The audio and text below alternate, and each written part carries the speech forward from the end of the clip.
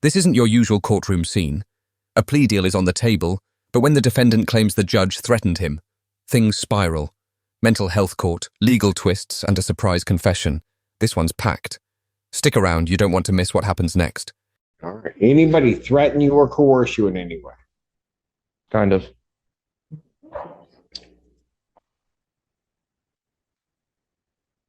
Okay, what do you mean, kinda? I don't want to go to jail again, Your Honor. Okay, but did somebody threaten you to plead? Yeah, with jail time, Your Honor. Okay, but who did that? Well, technically, you, Your Honor. Wait, did he just say, technically you, Your Honor? That's bold. He's accusing the judge of coercion. Is he serious or just scared of jail? Either way, this moment shifts the tone fast. What do you think? Real pressure or just panic? Thank you. Mr. Hampton has entered into an agreement with the people, and would like to enter that into the record. The people of the Thank you. we did not write that the agreement. He has been admitted to the 15th District Court Mental Health Court. Got it. His preliminary exam in 24 F55262. He'll be entering a plea on Tuesday to attempt RNO, and that case will go to the 15th District Court Mental Health. Got it. Yeah. Your Honor, is it possible to enter into both today, to address both cases today on the record? That file is not in the courtroom. Oh, okay, got it. But I believe it'll be potentially faster. Oh, sorry. But I don't believe it's. What? Okay. Talking about bond. All right, we'll just address this case today. He's going to enter a plea in another case Uh, that's set for prelim. Yes, yeah. So case 24F55262, just because of the timing with the mental health treatment court evaluation, that one was set for preliminary examination before the evaluation was complete. And that is currently set for exam. So over there is Ann, right? Yes. You know Ann? Yes. Okay. So if you had this, that may work out where we could like get rid of two cases and he could plead. I may or may not do it, but usually just go over and ask Ann. Because you asked me on the record, I'll probably say no, because I don't do the filing, so I don't know where it is. Understood. Yes. So I will. So would you like to do that today? I would like to. So here's what I'll do. I'll pass it. Go talk to Ann. Thank you very much, Your Honor. You're welcome. Your Honor, sorry. Ashley Bashir on behalf of Mr. Hampton. And in addition to addressing the case directly, we would like to address bond and request that a condition, specifically the home confinement tether, be reconsidered. Okay, I'll get to that maybe at some point. Good, thank you. Yeah, Right now, I'm trying to get these pleas done. thank you. So my understanding is he's going to plead to count in case ending in 1596. He's going to plead to count 2. Yes, Correct? With count 1 being dismissed. That's going to be a guilty plea. Correct, counsel? Yes. All right. Then on the other matter, I have a plea form that indicates that the defendant will be pleading guilty to an added count 2 of attempted resisting and obstructing the 1-year offense. Upon a successful plea to that charge, count 1 of resisting and obstructing would be dismissed. And there is an agreement that the defendant is to go to mental health court. That's the court's full understanding of the agreement. That's right. May I have the defendant's sworn? Raise your right hand. Do you solemnly swear and affirm the testimony you're about to give will be the truth, the whole truth, and nothing but the truth, so help you God? Yeah. State your name. Brandon Hampton. All right. Man, it is this court's understanding that you're going to be pleading guilty to 2 misdemeanor offenses. Is that correct? Yes. All right.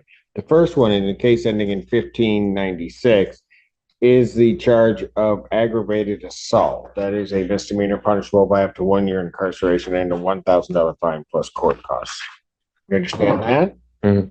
Yes? Yeah. Okay. You also understand in that case that while I'm taking your plea, I would not be your sentencing judge, and you would be sentenced before Judge Barr in the 14A2 District Court. You understand that? Yeah. Okay. And understanding that on that case, do you still wish to plead guilty? Yes. All right. On the other case, it says court's understanding you're going to plead guilty to the charge of attempted resisting and obstructing a police officer. That's a misdemeanor punishable by up to 1 year incarceration or $1,000 fine plus court costs. Do you understand that? Yes. You understand also that while I'm taking your plea, I would not be your sentencing judge, and you would be sentenced before Judge Valvo in the 15th District Court. You understand that? Why are the judges different, Your Honor? Why are the judges different? Because these allegedly occurred in two separate places. The case that we we're just talking about with Judge Valvo, the offense took place in the city of Ann Arbor. And the other case happened in maybe the city of Ypsilanti or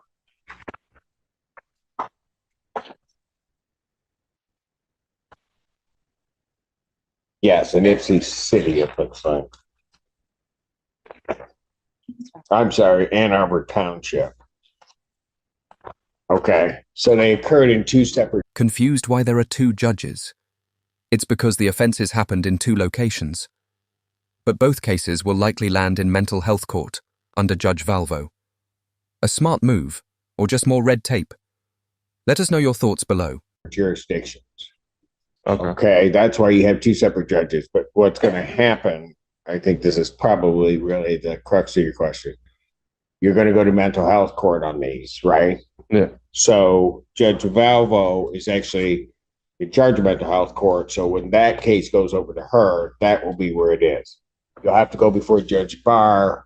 Judge Barr will do the initial part of the sentencing and then place you on probation to be supervised by the mental health court.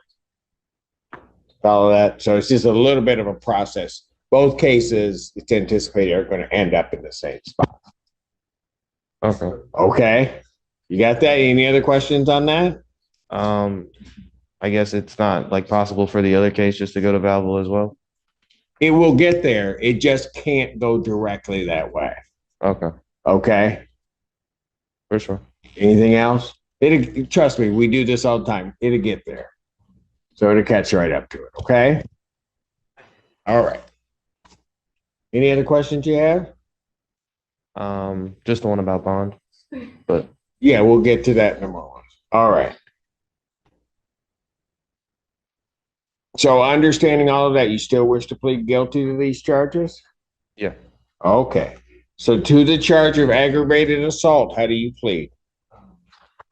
Guilty. To the charge of attempted resisting and obstructing, how do you plead? Guilty. You understand that by pleading guilty, you will not have a trial of any kind. Yeah.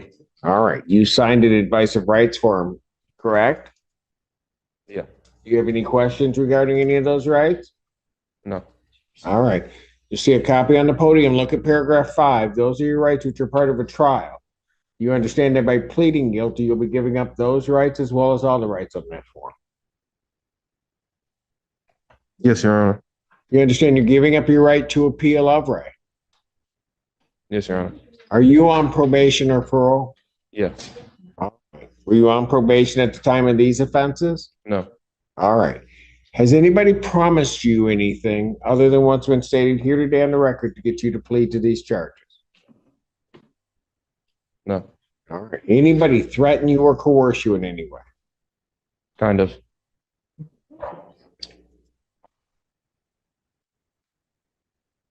Okay, what do you mean, kinda? I don't want to go to jail again, Your Honor. Okay, but did somebody threaten you to plead? Yeah, with jail time, Your Honor. Okay, but who did that? Well, technically, you, Your Honor. No. Well, technically, you, Your Honor. No. Mr. Hampton, so, Tell you what. Why don't we pass the matter? Maybe you can talk to him and we'll give this another shot today if we're comfortable with it. Otherwise, the court may not be comfortable with it, and we might just blow all of this up, and it'll just have to happen another way. thank you. But I'll give you a shot to talk. We appreciate that. All right. We're back on the record in the case of the people versus Hampton. We're in the middle of taking a plea. And so I stated the terms on the record. And Mr. Hampton, I'm going to ask you a couple questions again. Okay. Has anybody promised you anything other than what's been stated here today on the record to get you to plead to these charges? No. Has anybody threatened you or coerced you in any way to get you to plead? No. You're doing this voluntarily, Yes. of your own free will, Yes. and because you believe that you're guilty of these offenses? Yes. All right. We'll start with case 1596. Paperwork. So, okay, Mr. Hampton, on the date of August 29, 2024, at Washtenaw Community College in Ann Arbor Township, Washtenaw County, State of Michigan,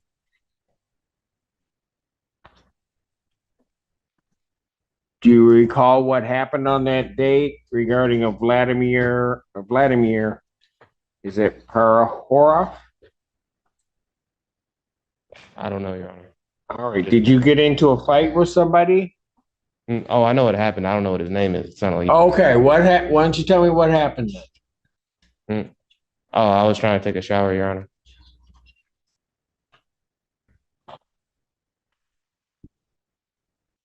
Okay. And then what occurred?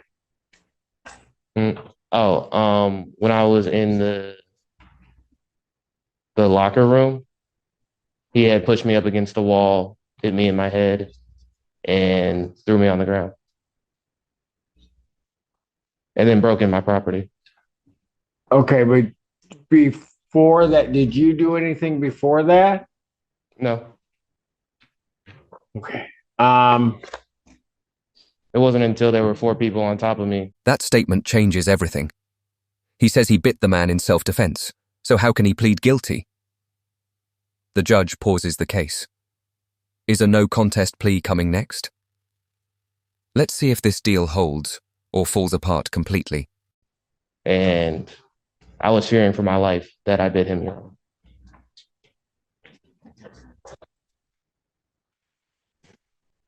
Okay. So here's what I'll do.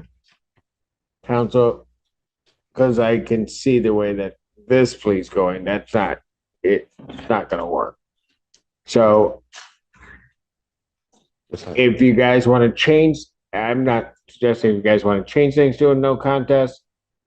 If you want to do whatever, what I will do is I'm back up at 1. I'll call it back up at 1. I think everybody's still going to be here. So, and give you a chance to talk with him, decide whether or not you want to do no contest, please explain what a no contest, go through all of that with him, and then see if we can get this done. Thank you very, very much, Your Honor. Appreciate it. Thank you. This is a prime example for me of no good deed goes unpunished. All right, so we'll call it back up at that point. Quarter past these matters again. All right.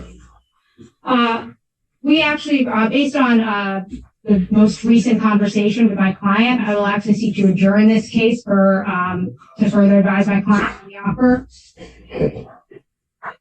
All right. For the shortest adjournment possible. February 13th.